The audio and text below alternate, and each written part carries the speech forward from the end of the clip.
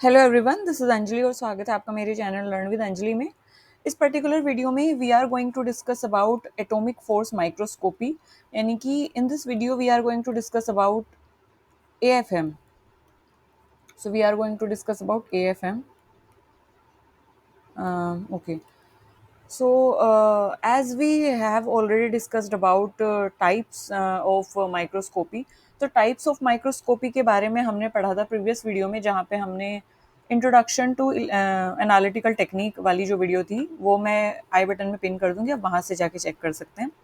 तो introduction to analytical technique में हमने पढ़ा था कि there are various kind of analytical technique used, और डिपेंडिंग ऑन द कि किस तरीके का प्रिंसिपल, किस तरीके का मैकेनिज्म वहाँ पे यूज़ हो रहा है। तो ऑप्टिकल में हमने पढ़ा कि लाइट माइक्रोस्कोप का यूज़ किया जाता है, जिसमें विजिबल लाइट यूज़ होती है। इलेक्ट्रॉन माइक्रोस्कोपी में क्या था कि सैम और टैम उसके एग्जाम्पल हैं, जिसमें इलेक्ट्रॉन बीम का यूज़ किया जाता है। तो सैम और टैम के बारे में हम ऑलरेडी डिस्कस कर चुके हैं। अपार्ट फ्रॉम अभी हम डिस्कस करने वाले हैं स्कैनिंग प्रोब, यानी कि पहले हमने इलेक्ट्रॉन टाइप के जो माइक्रोस्कोपी होती है, जो कि इलेक्ट्रॉन बीम के थ्रू हम सैम्पल्स को एनालाइज करते हैं। Now it's time to discuss about scanning probe. तो scanning probe is a type of microscopic technique, और उसका जो एग्जाम्पल है that is AFM, atomic force microscopy. तो हम इसके बारे में आज डिस्कस करने वाले हैं। सो स्कैनिंग प्रोब माइक्रोस्कोपी क्या होती है, और क्यों हमने AFM जो इंस्ट्रूमेंट है उसको स्कैनिंग प्रोब के अंडर रखा, या हम उसको स्कैनिंग प्रोब माइक्रोस्कोपी क्यों बोलते हैं। सो इन सब चीज़ों के बारे में हम अभी डिस्कस करेंगे। ओके। तो फर्स्ट ऑफ ऑल सबसे पहले हम ये देख लेते हैं कि AFM क्या होता है। जो AFM है that is atomic force microscopy. Generally question आता है एग्जाम में कि आपको एक साइड वो शॉर्ट फॉर्म देंगे और दूसरी साइड इंस्ट्रूमेंट की फुल फॉर्म देंगे। So you have to match the short form with full form, like SEM को क्या कहते हैं, EDX का फुल फॉर्म क्या है, TEM का फुल फॉर्म क्या है, AFM का फुल फॉर्म क्या है। सो ये सारी चीज़ें आपसे जनरली एग्जाम में पूछ ली जाती हैं, तो इनकी फुल फॉर्म याद होना बहुत ज़रूरी है। एटॉमिक फोर्स माइक्रोस्कोपी की अगर हम बात करें, ये एक तरीके की हाई रेजोल्यूशन माइक्रोस्कोपिक टेक्निक है, जो कि हमें हेल्प करती है so that we can able to feel, we can able to see the surface at nanometer scale. तो हम नैनोमीटर स्केल पे जब सरफेस को देख पाते हैं, तो हम देख पाते हैं एटॉमिक फोर्स माइक्रोस्कोपी की वजह से much much smaller than what optical microscope can see. Nanometer range क्या होती है? नैनोमीटर रेंज होती है 10⁻⁻⁻�9, यानी कि 10⁻⁻⁹ को हम बोलते हैं एक नैनोमीटर। तो आप देख सकते हैं कि मीटर से कितना स्मॉलर पोर्शन है, कितना छोटा पोर्शन है, नैनोमीटर की स्केल पे है। तो उस लेवल की चीज़ों को भी हम देख सकते हैं, उस लेवल की चीज़ों को भी हम फील कर सकते हैं। बेसिकली कैसे फील कर सकते हैं वो हम आगे वीडियो में देखेंगे कि what is meant by feeling that surface. So this is atomic force microscopy is. अब यहाँ पे देख लेते हैं कि एटॉमिक फोर्स माइक्रोस्कोपी जो है, इसको हम स्कैनिंग प्रोब माइक्रोस्कोपी क्यों कहते हैं। जैसे अभी अभी हमने बोला कि एटॉमिक फोर्स माइक्रोस्कोपी जो है वो स्कैनिंग प्रोब माइक्रोस्कोपिक मेथड है, तो क्यों हम इसको स्कैनिंग प्रोब बोल रहे हैं। एटॉमिक फोर्स माइक्रोस्कोप में क्या होता है कि स्कैनिंग प्रोब माइक्रोस्कोपी भी इसको कहा जाता है, तो SPM ये भी ध्यान रखेंगे, क्योंकि इसमें क्या होता है, एक फिजिकल प्रोब होती है। Physical probe is something tip kind of structure. तो एक टिप जैसा स्ट्रक्चर यहाँ पे होता है, जिसकी वजह से हम सैंपल को क्या करते हैं, स्कैन करते हैं। तो एक टिप जैसा स्ट्रक्चर होता है जिसकी वजह से हम क्या करते हैं, सैंपल को स्कैन करते हैं। तो इसकी वजह से, इस फिजिकल प्रोब की वजह से, क्योंकि इसकी वजह से पूरा सैंपल स्कैन हो रहा है, तो ये क्या करता है, स्कैन करता है सरफेस ऑफ द सैंपल को, सैंपल के जो सरफेस है उसको स्कैन करता है। तो इस टिप, क्योंकि टिप सैंपल की सरफेस को जो है स्कैन करता है, तो इस टिप की वजह से, इस प्रोब होने की वजह से हमने इसका नाम क्या रखा है, स्कैनिंग प्रोब माइक्रोस्कोपी। क्योंकि ये स्कैन किसकी वजह से कर रहा है, प्रोब की वजह से, that physical probe, that sharp tip, तो उसकी वजह से स्कैन कर रहा है, उससे स्कैन कर रहा है सैंपल की सरफेस को, और तब हमें क्या प्रोवाइड करता है, हाई रेजोल्यूशन इमेज प्रोवाइड करता है। सो आई होप आपको ये बात क्लियर हो गई होगी कि क्यों हमें स्कैनिंग प्रोब, क्यों हम इसको स्कैनिंग प्रोब माइक्रोस्कोपी कह रहे हैं। Apart from it next we have, अगर हम देखें कि फीचर क्या होते हैं स्कैनिंग प्रोब के, सो सबसे पहला कि वो स्कैनिंग करता है। तो AFM जो है, AFM या एटॉमिक फोर्स माइक्रोस्कोपी में जो टिप होती है, वो लाइन बाय लाइन सैंपल की जो सरफेस है उसको स्कैन करती है, एक्स डायरेक्शन में और वाई डायरेक्शन में। तो लाइन बाय लाइन वो क्या करती है, सैंपल की सरफेस को स्कैन करती है। तो सबसे पहला है स्कैनिंग। दूसरा है प्रोब बेस्ड, ये होता है प्रोब बेस्ड मतलब टिप वो जो होती है टिप की हेल्प से ये एक फ्लेक्सिबल कैंटिलीवर होता है, अभी हम पिक्चर में इसको देखेंगे। तो उसकी वजह से क्या करता है, टिप की वजह से पूरे सैंपल की सरफेस के साथ इंटरैक्ट करता है और क्या करता है, उसको स्कैन करता है। सरफेस इंटरैक्शन होता है, टिप जो है इट फील्स फोर्स लाइक, जो भी टिप होती है वो Van der Waals force, electrostatic interaction, mechanical forces, इन सारे फोर्सेस की वजह से सैंपल की जो सरफेस है उसको स्कैन करती है। तो एक तरीके से सरफेस इंटरैक्शन होता है टिप का सैंपल के साथ। और फिर इमेज जनरेशन होती है, तो हमें क्या होता है, एक टोपोग्राफिक जो इमेज है वो जनरेट होती है। इसमें कोई भी लेंस रिक्वायर्ड नहीं होता है, एज यू कैन सी। जैसे कि ऑप्टिकल माइक्रोस्कोपी में क्या हो रहा था ना, कि लेंस रिक्वायर्ड था, तो लेंस जो है वो मैग्नीफाई करके हमें चीज़ों को दिखा रहा था, बट यहाँ पे कोई भी लेंस रिक्वायर्ड नहीं होता है। और apart from it, high resolution image ये प्रोवाइड करता है, नैनोमीटर टू एटॉमिक रेजोल्यूशन, ये हमें हाई रेजोल्यूशन इमेज प्रोवाइड करता है। अब यहाँ पे देखते हैं कि क्यों हम इसको कहाँ पे इसका कैंटिलीवर होता है, कैसे प्रोब होती है इसमें, और कैसे ये हाई रेजोल्यूशन इमेज प्रोवाइड करता है। तो सबसे पहले जान लेते हैं कि इसका वर्किंग प्रिंसिपल क्या होता है। अगर हम बात करें वर्किंग प्रिंसिपल की, तो apart from that working principle, यहाँ पे सबसे पहले आप देखेंगे इंस्ट्रूमेंट। एटॉमिक फोर्स माइक्रोस्कोप जो है वो कुछ इस तरीके का दिखता है। अच्छा, एटॉमिक फोर्स माइक्रोस्कोपी और एटॉमिक फोर्स माइक्रोस्कोप में क्या डिफरेंस है? एटॉमिक फोर्स माइक्रोस्कोपी जो है वो टेक्निक है, तरीका है ना। माइक्रोस्कोपी इज दैट टेक्निक, तरीका। अगर मैं बात करूँ एटॉमिक फोर्स माइक्रोस्कोप, तो एटॉमिक फोर्स माइक्रोस्कोप जो है वो इंस्ट्रूमेंट है, समझ गए ना। तो एटॉमिक फोर्स माइक्रोस्कोप हम इंस्ट्रूमेंट को बोल रहे हैं, और माइक्रोस्कोप इज दैट टेक्निक, जो पूरा प्रोसीजर हो रहा है ना उसमें, जिसकी वजह से जिस तरीके से वो सैंपल को स्कैन कर रहा है, हाई रेजोल्यूशन इमेज प्रोवाइड कर रहा है, so that whole procedure is known as microscopy. और इंस्ट्रूमेंट को हम बोलते हैं एटॉमिक फोर्स माइक्रोस्कोप। कुछ इस तरीके का इंस्ट्रूमेंट दिखाई देता है।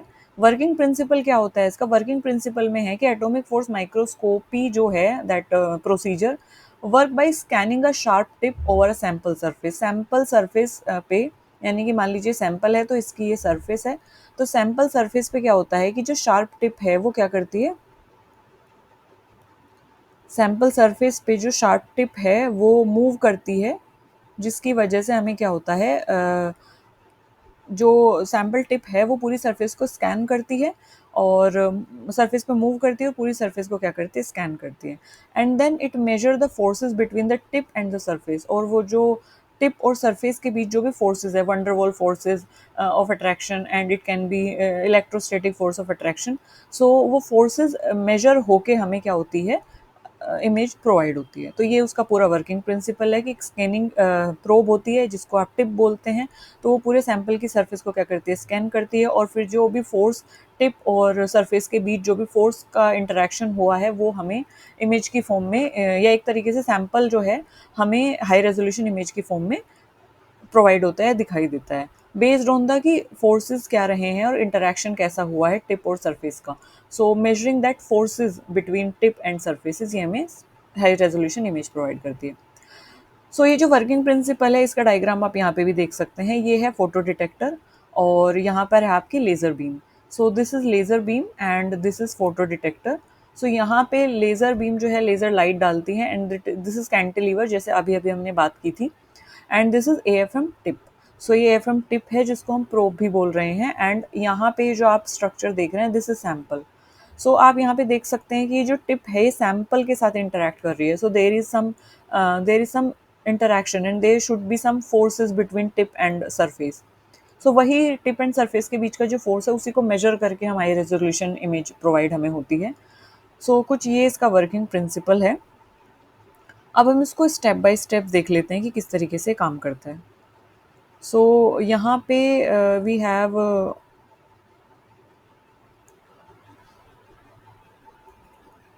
सबसे पहला है हमारे पास सेमीकंडक्टर लेजर। सेमीकंडक्टर लेजर, जैसे कि यहाँ पे रेड में शो की गई है, ये वाला जो पार्ट है this is semiconductor laser. This is semiconductor laser. Next we have cantilever. This is cantilever. यहाँ पे क्या होता है ना, and if we talk about, सबसे पहले सेमीकंडक्टर लेजर के बारे में पढ़ते हैं। एक लेजर सोर्स है ये basically. This is a kind of laser source, and what does it shine a light beam on to the cantilever. जैसे आप यहाँ पे देख सकते हैं ये वाला जो पार्ट है, ये वाला कैंटिलीवर है यहाँ पे। तो लेज़र जो है इसके ऊपर क्या कर रही है, एक लाइट बीम को क्या कर रही है, डाल रही है। सो ये जो वाला जो कैंटिलीवर है, जैसे यहाँ पे आप देख सकते हैं ये वाला पोर्शन, सो यहाँ पे लेज़र जो है एक लाइट बीम को डाल रही है कैंटिलीवर पर। ये क्यों ज़रूरी है? This laser beam help detect how much the cantilever bend when the tip touches the surface. अब जब टिप जो है लेज़र बीम ये डिटेक्ट करती है कि जब कैंटिलीवर जो है वो ये वाली जो एएफएम टिप है, जब ये सरफेस के साथ इंटरैक्ट करती है, सरफेस को टच करती है, तो कैंटिलीवर कितना बेंड होता है। सो लेज़र बीम जो है उसको डिटेक्ट करती है, उस जो बेंडिंग है या फिर एक तरीके से जो एंगल फॉर्म हुआ है, जितना वो बेंड हुई है, तो लेज़र बीम उसको डिटेक्ट करती है how much that cantilever bend when the tip touches the surface. Apart from it, अगर हम कैंटिलीवर की बात करें तो cantilever as you can see this this portion या दिस पोर्शन, सो ये एक फ्लेक्सिबल बीम है that have a sharp tip at its end. तो एक तरीके से ये एक फ्लेक्सिबल बीम है और जिसके एंड पे क्या है, एक शार्प टिप है, एंड इट बेंड और vibrate when the tip interact with the surface. तो जब टिप जो है वो सरफेस के सैंपल के सरफेस के साथ जब है, मतलब it is just like that, ये सैंपल का सरफेस है और इस पे जो टिप है ये इसके साथ इंटरैक्ट करेगी, तो ये जो कैंटिलीवर है ये क्या करता है, वाइब्रेट करता है या बेंड करता है। क्यों करता है? क्योंकि सरफेस पे कुछ इंटरैक्शन, सरफेस पे कुछ एक तरीके से फोर्स होगा, और जब एएफएम की टिप सरफेस के जो पार्ट है उस पे लगेगी, तो कुछ फोर्सेस उस पे लगेंगी। सो उन फोर्सेस की वजह से बेंड करती है, वाइब्रेट करती है, जब टिप जो है इंटरैक्ट करती है सरफेस के साथ, तो due two forces is bend और इट्स वाइब्रेट। सो ये इम्पोर्टेंट इसलिए हो जाता है कि दैट बेंडिंग टेल्स अस कि सरफेस के जो फीचर्स है वो क्या है। मान लीजिए कि सरफेस जो है समथिंग लाइक दिस, ऊबड़ खाबड़ सरफेस है, तो जो एएफएम की टिप है यहाँ पे ऊपर होगी, यहाँ पे किसी और तरीके से इंटरैक्ट करेगी, बेंड में किसी और तरीके से इंटरैक्ट करेगी। फिर जब ये अपर लेवल पे एक तरीके से क्रेस्ट पे जाएगा, तो ये किसी और तरीके से इंटरैक्शन होगा। तो होता क्या है ना कि कैंटिलीवर का ये जो वाइब्रेशन है, ये जो बेंडिंग है, ये हमें बताती है कि सरफेस के फीचर्स क्या हैं, कहाँ पे बम्प्स हैं, कहाँ पे डिप्स हैं, कहाँ पे रफनेस है, कहाँ पे एक तरीके से लेवल हाई है। तो ये सरफेस की जो एक तरीके से बेंडिंग है, बम्प्स हैं, डिप्स हैं, वो हमें आइडिया लगा देते हैं उससे।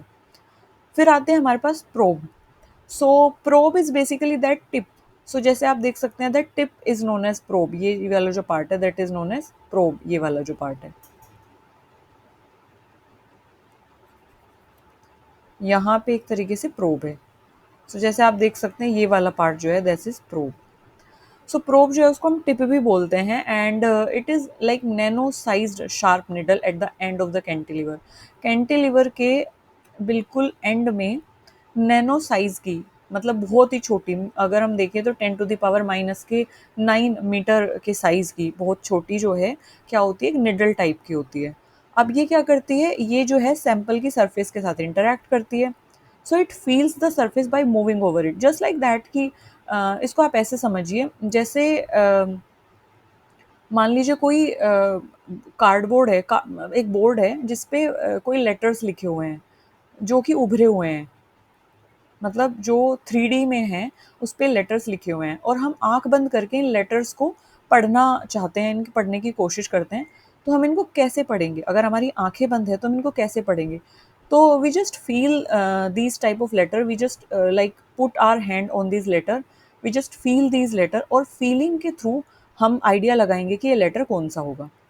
जैसे जो ब्लाइंड पीपल्स होते हैं, जो ब्रेल स्क्रिप्ट होती हैं, तो ब्रेल स्क्रिप्ट क्या होती हैं कि जो ब्लाइंड पीपल होते हैं वो अपने हाथों के मोशन से, हाथ के मूवमेंट से, हाथों को फील करके लेटर्स को क्या करते हैं, समझते हैं कि ये लेटर कौन सा हो सकता है, जस्ट लाइक ब्रेल स्क्रिप्ट। ठीक है, बिल्कुल वैसा ही है। तो जो प्रोब है वो भी कुछ इसी तरीके से वर्क करती है, कुछ इसी तरीके से काम कर रही है।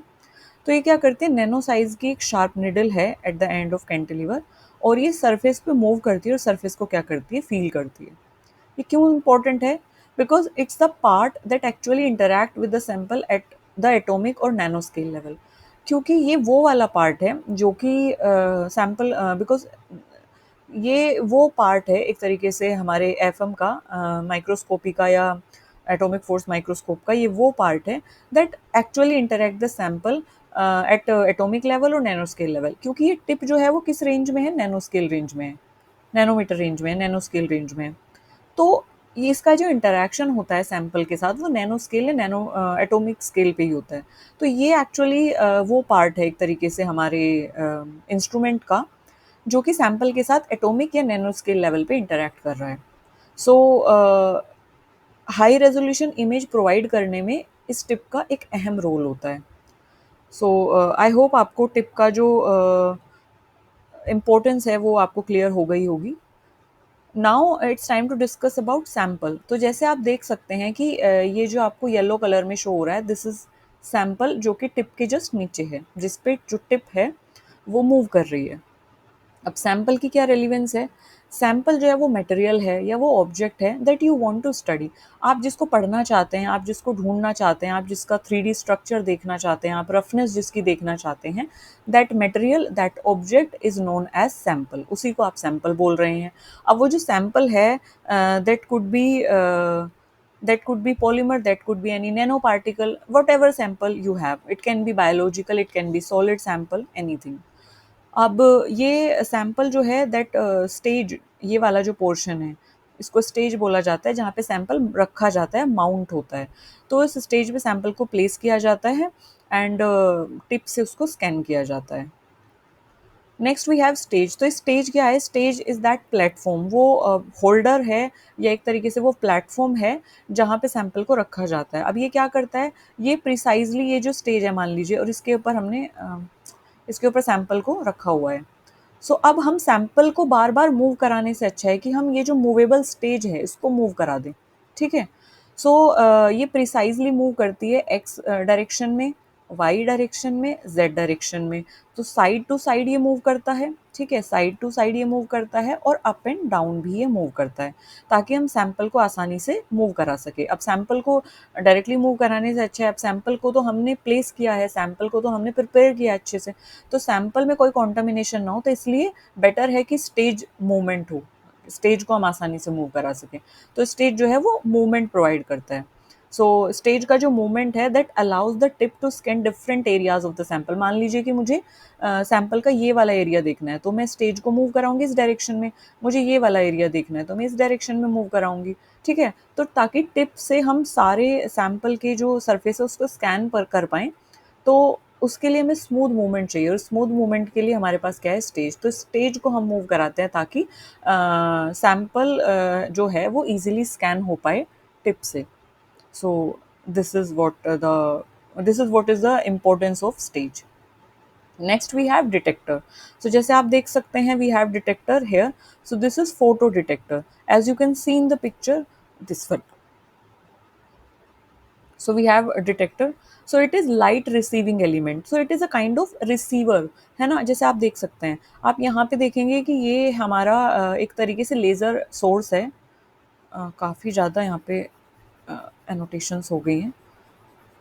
ये हमारा लेज़र सोर्स है, और ये लेज़र सोर्स जो है लाइट को एमिट कर रहा है, ठीक है, ये लाइट दे रहा है। और जो फोटो डिटेक्टर है वो क्या कर रहा है? लाइट को रिसीव कर रहा है, ठीक है।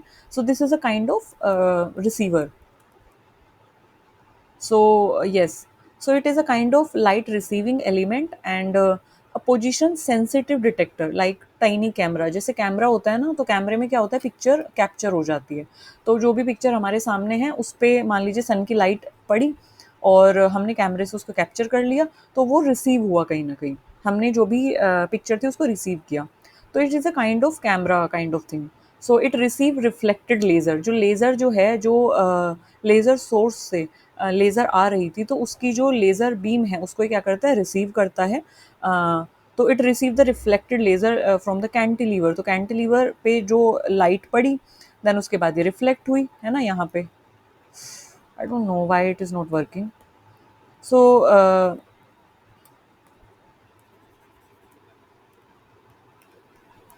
सो यहाँ पे क्या होता है कि this cantilever, this one, so laser से जो भी लाइट आई that fall on the cantilever, and then cantilever से क्या होती है? रिफ्लेक्ट होती है। सो वही बात यहाँ पे बताई गई है कि ये वो लाइट रिसीव करता है जो कि रिफ्लेक्ट बैक होती है, जो लेज़र रिफ्लेक्ट बैक होती है कैंटिलीवर से। ठीक है। तो it receive the reflected laser beam from the cantilever. From the cantilever इसलिए बोला क्योंकि कैंटिलीवर पे पड़ने के बाद वो रिफ्लेक्ट होती है, इसलिए। तो ये क्यों ज़रूरी है? क्योंकि any deflection, any bending of the cantilever changes where the laser hits the detector. तो अगर हमने अभी भी क्या बताया था कि कैंटिलीवर में क्या होता है कि बेंडिंग होती है, वाइब्रेशन होती है। सो कोई भी बेंडिंग, कोई भी डिफ्लेक्शन जो कैंटिलीवर का होगा, ये वो चेंज होगा where the laser hit the detector. तो जब लेज़र हिट होगी डिटेक्टर पे, तो बेंडिंग और एक तरीके से जो भी वाइब्रेशन है वो भी चेंजेस होंगी। तो ये जो चेंजेस हैं, it is used to make a 3D map of the surface. तो ये जो चेंजेस हैं, ये 3D मैपिंग के लिए यूज़ होता है। तो जब जो भी चेंजेस आएंगे उसको जो रिसीवर है, जो डिटेक्टर है, वो डिटेक्ट करता रहेगा और एक 3D जो मैपिंग है वो प्रोवाइड कर देगा हमें। So this is why detector come into picture. So whatever the changes in the cantilever where the laser hits the detector, so ये उसको रिकॉर्ड करता है और एक 3D मैपिंग हमें प्रोवाइड करता है। So for now this is it in this video, जिसमें हमने एटॉमिक फोर्स माइक्रोस्कोपी के बारे में पढ़ा, वर्किंग प्रिंसिपल हमने देखा, क्यों इसको स्कैनिंग प्रोब माइक्रोस्कोपी कहते हैं वो हमने पढ़ा, फीचर्स क्या होते हैं इसके स्कैनिंग प्रोब माइक्रोस्कोपी के वो देखे, एएफएम के डिफरेंट पार्ट्स की वर्किंग देखी। सो अभी के लिए वीडियो में सिर्फ इतना ही। अगर आपकी कोई भी क्वेरी है, कोई भी सजेशन है, please feel free to ask me in the comment section, and you can drop down your suggestions, you can drop down your query so that मुझे आइडिया लगे कि मुझे किस चीज़ों को कैटर करना है, कहाँ पे इम्प्रूव करना है। एंड वीडियो में सारी चीज़ें अभी इसलिए इंक्लूड नहीं कर रही हूँ एफएम के रिगार्डिंग, क्योंकि वीडियो लेंदी हो जाती है, तो थोड़ा सा मे बी शायद आपके लिए इतना लेंदी वीडियो बोरिंग हो जाए। सो अगर हम पार्ट्स में पढ़ेंगे चीज़ों को, तो that would be easier, that would be like easy for both of us. मेरे लिए इंफॉर्मेशन को कन्वे करना ईजी होगा, आपके लिए रिसीव करना ईजी होगा। So that is the thing. If you want a longer video, अगर आपको एक ही वीडियो में पूरी इन्फॉर्मेशन चाहिए कि एएफएम की वर्किंग क्या है, प्रिंसिपल क्या है, लिमिटेशंस क्या है, सैम्पल प्रिपरेशन क्या है, so I can go for that. You can drop me a comment for that also. So अभी के लिए इतना ही। Thank you for listening me so patiently. Bye bye.